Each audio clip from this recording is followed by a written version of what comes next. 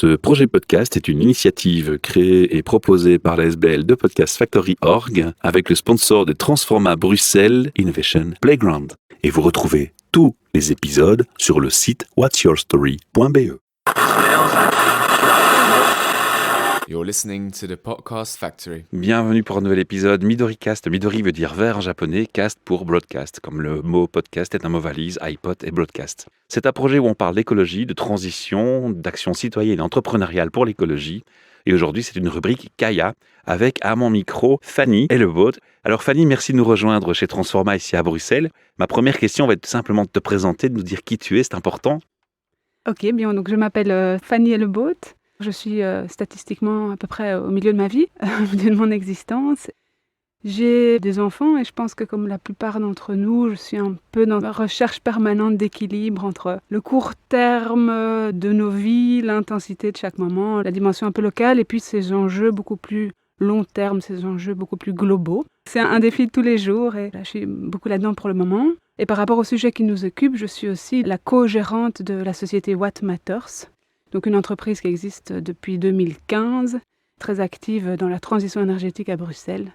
Et nous avons réussi à faire aujourd'hui une cinquantaine de projets avec une merveilleuse équipe d'une quinzaine de personnes. On va en parler tout à l'heure, mais avant, je vais te demander, qu'est-ce que tu faisais avant ce projet-là ? Qu'est-ce qui t'a poussé à changer ? Mais je suis ingénieure agronome de formation. Aujourd'hui, on dit bio-ingénieur, mais c'est à peu près la même chose. Et donc, au sortir des études, j'ai travaillé assez directement dans ce qui est évaluation environnementale. Donc concrètement, j'ai effectué des éco-bilans dans tous les sens de nombreux produits, d'activités, de services, de réglementations.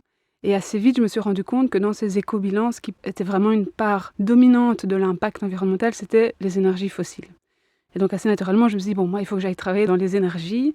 Et j'ai commencé par rejoindre un bureau d'études en énergie renouvelable et efficacité énergétique des bâtiments. Donc, c'était très intéressant.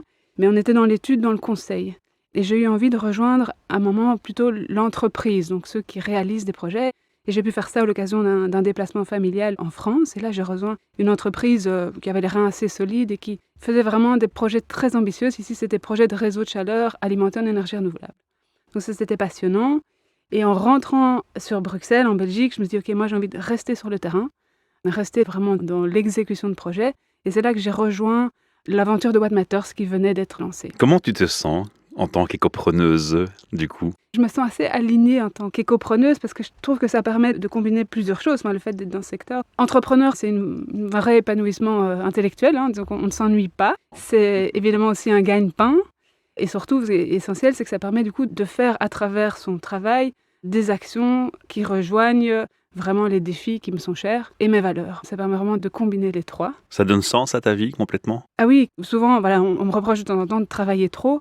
Alors moi, je rétorque, mais je ne travaille pas.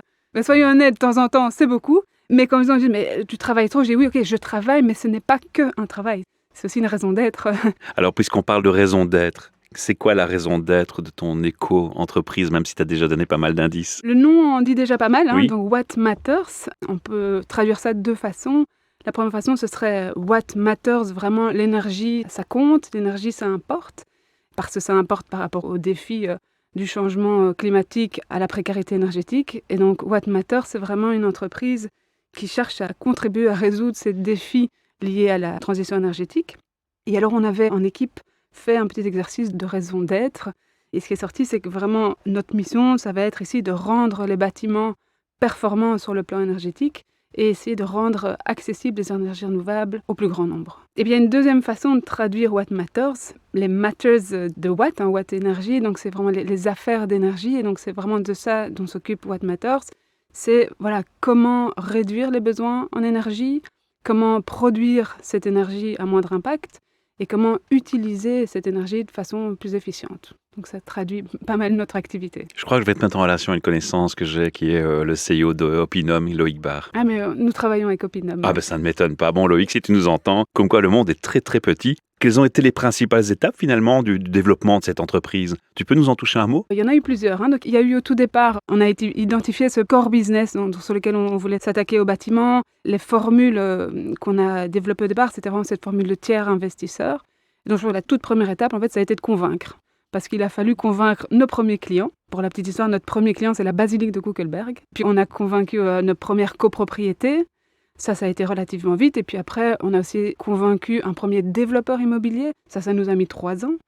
C'était un projet de plus longue haleine. Donc il fallait vraiment convaincre nos premiers clients et puis convaincre aussi les banques, les financeurs, parce que c'est un business qui demande de l'investissement et évidemment, il fallait trouver le capital. Ensuite, la deuxième étape, je disais, ça a été de s'organiser parce que c'était très bien d'avoir les premiers leads, mais ensuite, il a fallu, pour pouvoir continuer, du capital, procéder au premier recrutement, également trouver un contexte stable de travail, se trouver concrètement des bureaux. Ensuite, je dirais bien valoriser nos retours d'expérience des premiers projets pour pouvoir vraiment consolider nos acquis et capitaliser là-dessus et grandir à partir de ça. Et maintenant, c'est le défi qui nous occupe, c'est effectivement de se structurer encore et encore pour permettre la croissance. Donc aujourd'hui, nous sommes une quinzaine de personnes, une bonne 50aine de projets. Et donc, on met de plus en plus des processus. Alors, on est dans les processus internes, les processus externes, le tooling pour pouvoir vraiment absorber les demandes croissantes et le nombre de projets croissants. Est-ce qu'il y a une volonté internationale aussi dans l'approche? Alors, à très court terme, non. Enfin, même à moyen terme, non. Parce qu'aujourd'hui, notre terrain de jeu, c'est Bruxelles. Puis il y a assez à faire ici. Et il y a déjà beaucoup à faire à Bruxelles. Donc, il y a énormément de bâtiments à Bruxelles. C'est clair. On a l'ambition, effectivement, de sortir de Bruxelles, d'aller vers la région wallonne, la région flamande.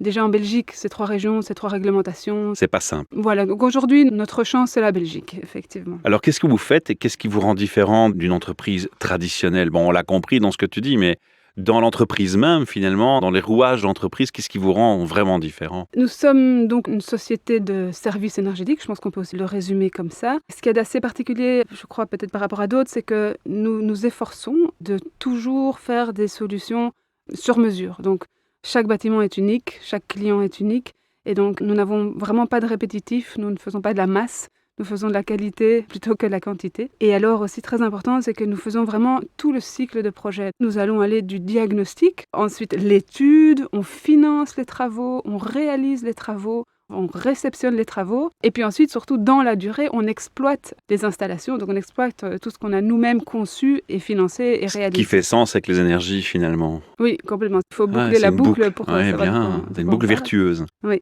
Une autre caractéristique assez unique de Watt Matters, c'est que nous avons recours au cofinancement citoyen pour l'ensemble de nos projets. Donc aujourd'hui, nous avons investi pour à peu près 12 millions d'euros dans des projets de transition énergétique à Bruxelles, dont 3 millions d'euros ont été financés par les citoyens. Donc c'est une façon pour nous de les impliquer et de les faire bénéficier de la rentabilité de la transition énergétique. Je dirais aussi, c'est important, c'est qu'on vise l'excellence et la fiabilité et on y arrive. Et à la fois, c'est dans notre ADN parce que c'est dans nos valeurs, mais c'est aussi une condition sine qua non à notre survie parce que comme nous dépendons, donc notre rémunération dépend de la performance énergétique de ce qu'on a réalisé, nous sommes bien obligés de faire des travaux de qualité, nous sommes vraiment obligés de faire du durable, du long terme et on est mouillé jusqu'au cou dans ce qu'on dit et dans ce qu'on réalise. On le ressent bien, on a la boucle vertueuse d'un côté, Ouais. Et d'un autre côté, je sens ta passion, ton engagement, ton énergie qui est super. On voit pas l'image, il n'y a pas d'image dans un podcast, mais on l'entend à ta voix, je pense. Le sourire et l'engagement est là, et la motivation est grande, et ça me donne envie de te dire, si tu avais une baguette magique, si tu avais avec un super pouvoir, qu'est-ce que tu ferais de cette baguette magique alors, Fanny? Je ferais 2 choses. Par rapport à la société dans son ensemble, j'aurais vraiment envie d'aller introduire dans le cerveau de chacun des êtres humains que nous sommes la conscience des enjeux de société. J'ai pas l'impression que tout le monde ait vraiment pris la mesure des enjeux qui sont les nôtres. Et deuxième chose associée à la première, c'est aussi cette conviction profonde que nous sommes tous individuellement et collectivement la solution à ces enjeux de société qui sont énormes mais qui sont résolvables si on s'y met tous ensemble. Et je pense aussi que beaucoup de gens n'ont pas l'impression qu'ils ont un rôle à jouer. Or, c'est essentiel. Et puis, et ça, je trouve que on voit directement les effets, c'est vraiment d'avoir ce sens profond du bien commun et du collectif. Beaucoup de gens oublient que tout ça est partagé, que tout nous appartient et tout nous appartient à tous ensemble. Et quand on voit comme certaines sociétés qui ont réussi à cultiver ça, les effets sont immédiats. En agissant collectivement, vraiment, on décuple les effets de chaque action. Et la deuxième chose, parce que c'était aussi une chose que je ferais vraiment pour les écopreneurs cette fois-ci, si j'avais une petite baguette magique, c'est leur donner un A4, tout simple, pas plus qu'un A4, avec un peu de visibilité sur les 2 prochaines années. Ça nous ferait un bien fou pour que les écopreneurs et tous les entrepreneurs en général puissent juste au moins figer 2-3 paramètres.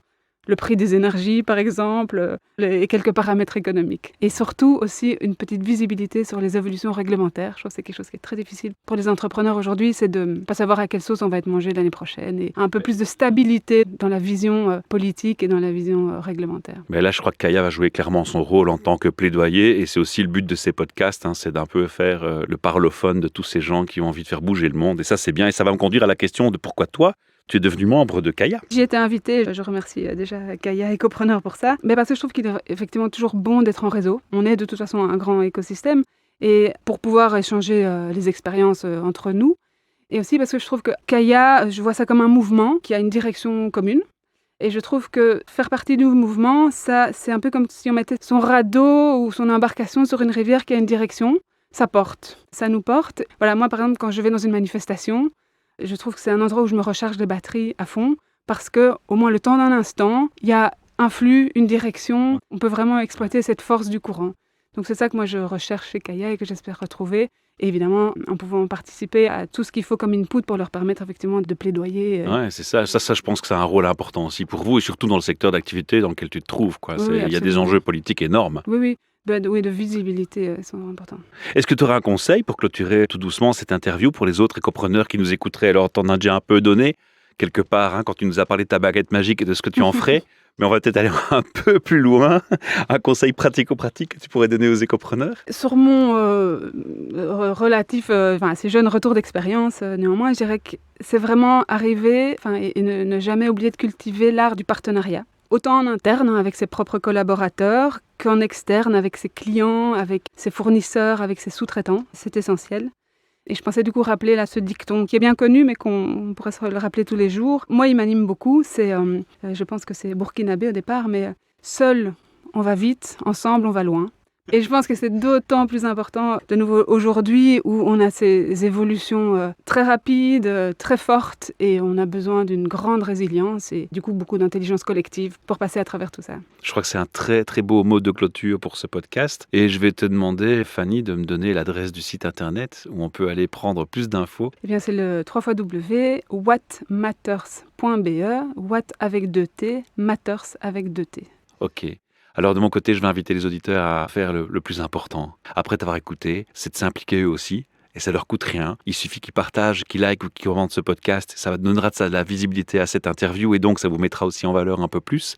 Et ça portera le message de Kaya plus fortement. Et ça ne coûte rien, donc ça c'est l'avantage. Et le deuxième aspect, on peut te laisser un message vocal sur répondeur sur nos podcasts. Il y aura un lien dans l'article. Et donc on peut te dire bravo, on peut t'encourager, on peut te remercier. Mais on peut aussi te poser une question ou interagir avec toi. Alors il suffit dans votre message de vous assurer que la qualité du son est bonne, de mettre votre email et de l'écouter avant de l'envoyer. Et puis dans le message, mentionner si on peut utiliser votre voix. Parce que si c'est le cas et que vous nous le dites, on prendra le lien de ce petit message vocal et on pourrait le partager sur les réseaux sociaux en commentaire du podcast. Et donc ça, c'est assez sympa à faire et ça permettra à Fanny d'avoir un feedback direct de ses auditeurs. À très bientôt pour de prochaines aventures podcast.